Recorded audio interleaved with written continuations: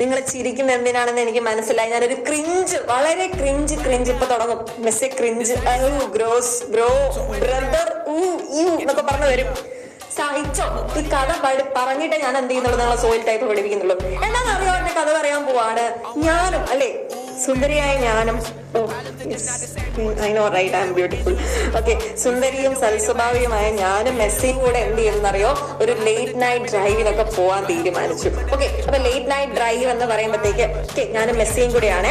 And ഞങ്ങളുടെ കാറിന്റെ colour എന്ന് പറയുന്നത് ഞങ്ങൾ ചൂസ് ചെയ്ത് ലേറ്റ് നൈറ്റ് ഡ്രൈവ് ആണ് എന്നൊക്കെ പറഞ്ഞിട്ട് നിങ്ങൾ പറയുന്നത് പകലല്ലേ എന്ന് കഥയിൽ ചോദ്യമല്ലേ, ഞാൻ പറയുന്നത് അങ്ങോട്ട് കേട്ടാൽ മതി. ആൻഡ് ഞങ്ങൾ പോകുന്നത് ബ്ലാക്ക് കളർ കാറിലാണ്. എന്താണ് ഈ കാറിന്റെ പ്രത്യേകത എന്നറിയോ? ഇതിന്റെ വീൽ എന്ന് പറയുന്നത് സാധാരണ വീലല്ല, അലോയ് വീലാണ്.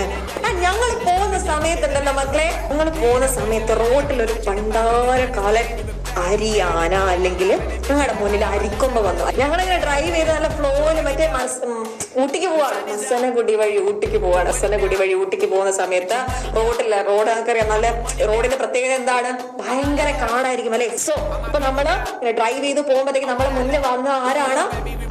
അരിക്കൊമ്പനാണല്ലേ. അരിക്കൊമ്പൻ വന്ന സമയത്ത് ഞാനും മെസ്സിയും ഞെട്ടി. ഞാനും മെസ്സിയും ഞെട്ടി.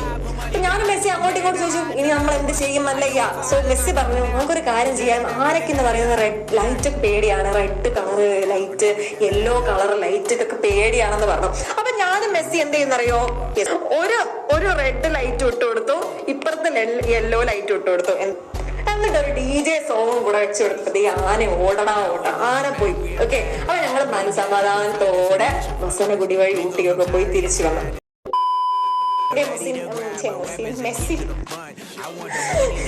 മെസ്സിന്റെ വൈഫ് കേൾക്കണ്ട ദൈവങ്ങളെ.